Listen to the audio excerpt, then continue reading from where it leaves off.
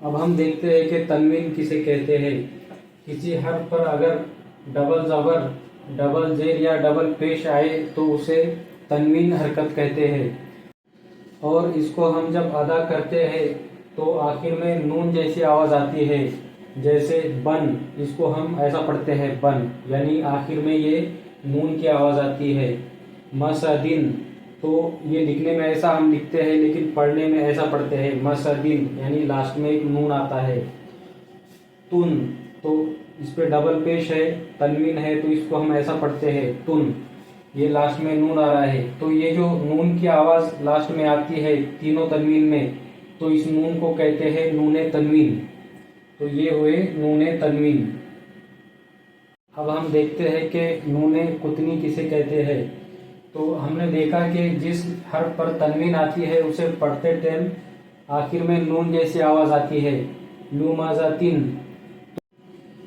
तो तनवीन वाला लफ्ज़ जब अगले लफ्ज़ से मिलाकर पढ़ा जाता है तो बीच में नून लिखा जाता है। नूने कुतनी का दूसरा एग्जाम्पल देखते हैं, खैरन प्लस अलवसिया। जब इन दोनों को हम मिलाते हैं तो इसमें देखिए रा पर तनवीन है, दो ज़बर है, तो इसको हम खैरन पढ़ते हैं। जब हम इन दोनों को मिलाएंगे खैरन और अलवसिया को, तो पढ़ने में हम इसे खैरनिल वसीयती ऐसा पढ़ते हैं, खैरनिल वसीया। तो ये जो नून की आवाज़ थी यहाँ पर नून की शक्ल में जाहिर हो गई और इस पर जेर लगाकर हम इसे आगे मिला देते हैं। तो यही नून नूने कुतनी है। अब हम देखते हैं कि जज़म किसे कहते हैं। तो हमने देखा कि हर हर्फ पर या तो ज़बर होती है या ज़ेर होती है या पेश होती है। तो ये तीनों में से कोई एक हो तो उसे मुतहर्रिक कहते हैं, यानी उस पर हरकत है।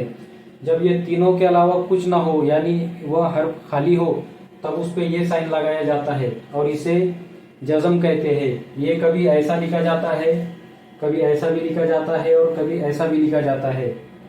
और इसका मतलब होता है कि ये हर्फ साकिन है, मतलब जो हर्फ पर जज़म हो उसे हम साकिन कहते हैं। और इसे पढ़ने में हम एक ही बार पढ़ते लफ्ज़ से मिला देते हैं, जैसे अनज़िर, तो इसमें हम अनज़िर पढ़ते हैं, अनज़िर ऐसा नहीं पढ़ते।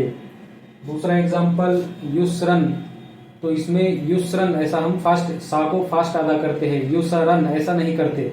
अगर युसरन पढ़े तो इसका मतलब होगा हमने इस पर ज़बर को पढ़ा। तीसरा एग्जाम्पल मिस्कुन, मिस्कुन को मिसकुन ऐसा नहीं पढ़ेंगे, मिस्कुन। अब हम देखते हैं हरूफ मद्दा क्या होते हैं। हरूफ मद्दा तीन होते हैं। पहले हर्फ पर अगर ज़बर हो और उसके बाद या खाली हो यानी साकिन हो तो उसे अलिफ मद्दा कहते हैं। जैसे इसमें बा पर ज़बर है और उसके बाद ये जो अलिफ है ये खाली है, यानी ये साकिन है, इस पर जज़म है, तो ये हुआ अलिफ मद्दा। दूसरा एग्जाम्पल रा, इसके ऊपर ज़बर है और आगे ये अलिफ जो है ये खाली है, तो ये भी हुआ अलिफ मद्दा, तो ये हुआ अलिफ मद्दा।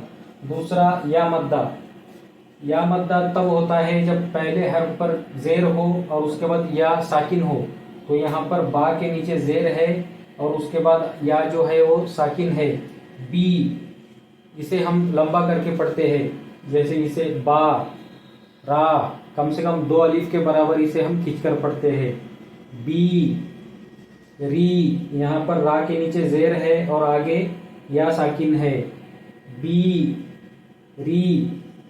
और तीसरा है वाव मद्दा, पहले हर्फ पर अगर पेश हो और उसके बाद वाव साकिन हो तो उसे वाव मद्दा कहते हैं, सू रू। यहाँ पर रा के ऊपर पेश है और आगे वाव साकिन है, तो सू रू।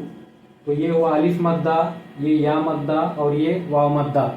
और इनके बारे में ये बात ध्यान में रखना है कि इसे हम कम से कम दो अलिफ के बराबर लंबा खींचकर पढ़ते हैं, बा बी सू